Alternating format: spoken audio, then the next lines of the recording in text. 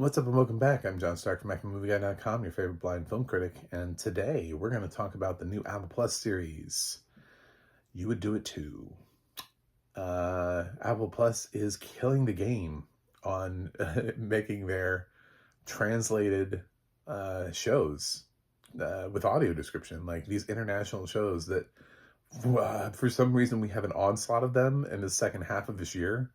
We've had Midnight Family, La Maison, Pachenko, Where's Wanda, uh, sort of, I guess you could sort of count Eva Longoria's series as being like half international, Women in Blue. So we've definitely had a dosage, that was just off the top of my head, of international content. It's all been audio described. And I've noticed that Netflix is starting to audio describe more shows, but it's odd how they kind of choose them because it doesn't necessarily mean that that's the show that's going to take off. And part of this is to kind of be involved in the conversations when that our friends and family are having. It's like, oh my God, did you check out blank show? I didn't. They didn't put audio description, but they did put audio description on this one. Is anybody watching this one? No? No one's watching that? Well, fuck me.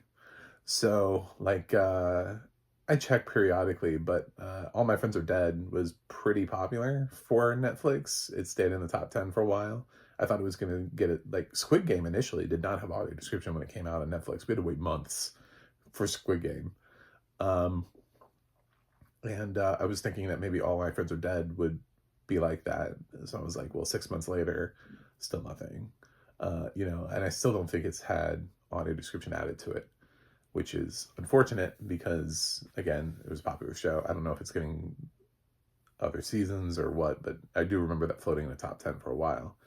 But here at Apple, I don't have to worry about that. Apparently, if they're ever going to make a show, no matter where it came from, it's going to get audio description. And I've loved Pachenko. I really liked Women in Blue. I thought that was a good show. And I'm still watching Where's Wanda? So even though I don't have the time to necessarily devote to every single one of them, Midnight Family just didn't quite spark the thing in me, and neither did La Maison. So this is interesting. It's interesting because I'm frustrated with it as a show. The audio description is excellent. It's Spanish. It seems to be from a Spanish language origin country. I picked it up because all the names are Spanish names.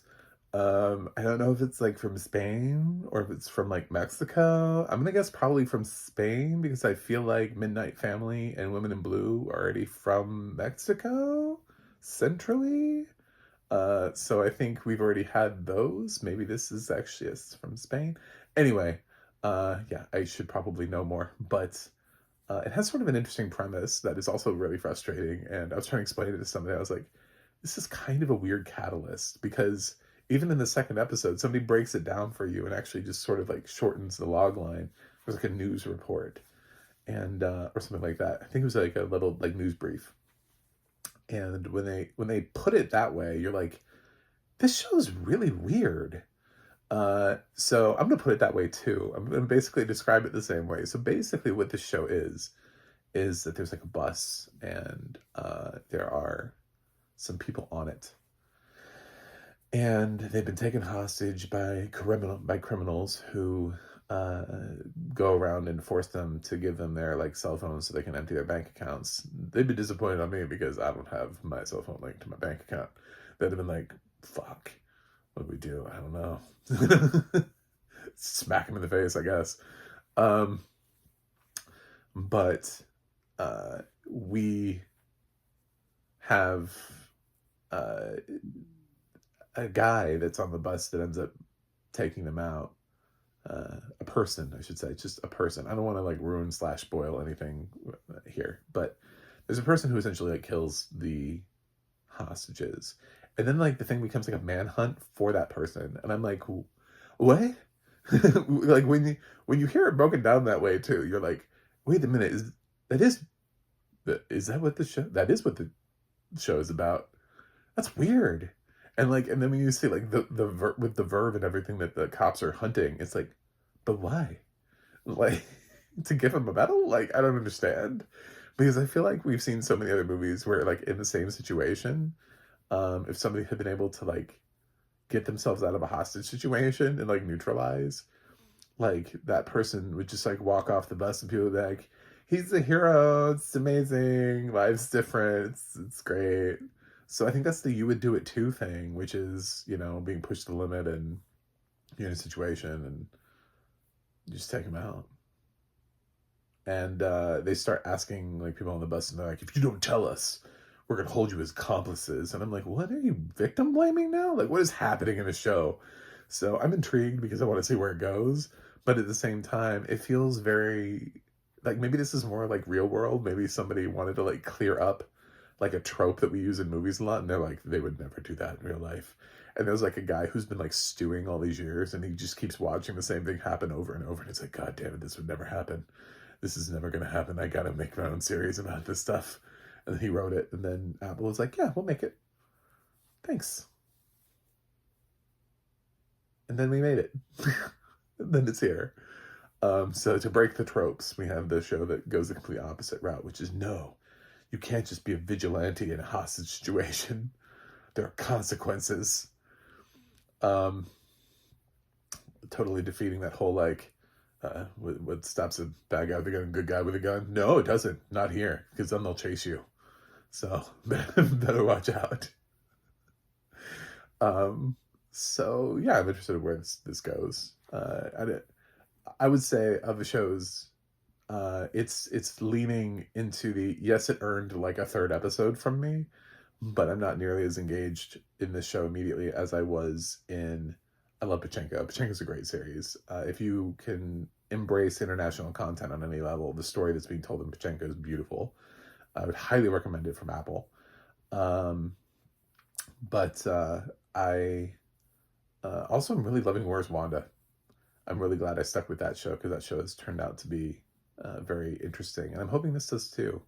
I'm hoping this at least becomes... Women in Blue is so frustrating at the end of it. So I'm hoping this becomes something that doesn't frustrate me as much as Women in Blue did at the end. But I don't know. We'll see. But interesting. The first episode is way longer than the second episode. So I don't know, to establish more, I guess. But I think the first episode was closer to an hour, and the second episode was like 37 minutes. So I guess I need more time. But I enjoy the audio description. Apple's been making really good audio description for these shows, using multiple voices for characters, dubbing, and for the most part, the vocal performances have been pretty solid.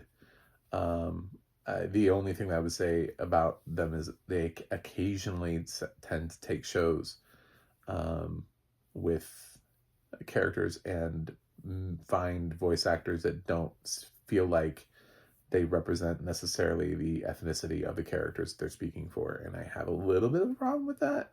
But I also don't know the ethnicity of the person voicing. It's just when you sound like you're from Beverly Hills, it just feels like it's not authentic, you know.